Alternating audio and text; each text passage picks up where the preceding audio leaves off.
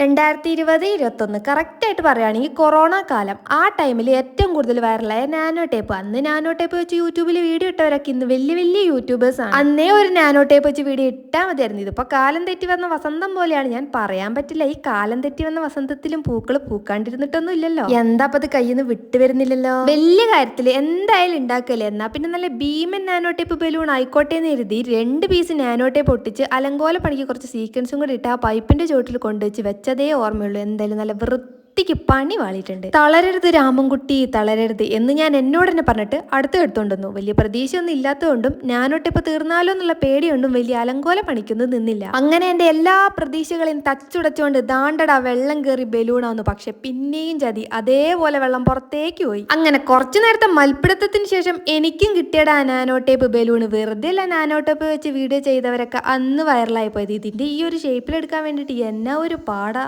ആഹാ, ഇങ്ങനെ ഞെക്കി കളിക്കാനായിട്ട് എന്താ രസം. ഇത്രയും പണിവെട്ട് ഉണ്ടാക്കിയതല്ലേ, അങ്ങനെ പെട്ടെന്ന് പൊട്ടിച്ചളയാനായിട്ട് എനിക്ക് മനസ്സ് വന്നില്ല. 2 മിനിറ്റ് കഴിഞ്ഞപ്പോൾ പൊട്ടിച്ചളഞ്ഞു. ശുഭം.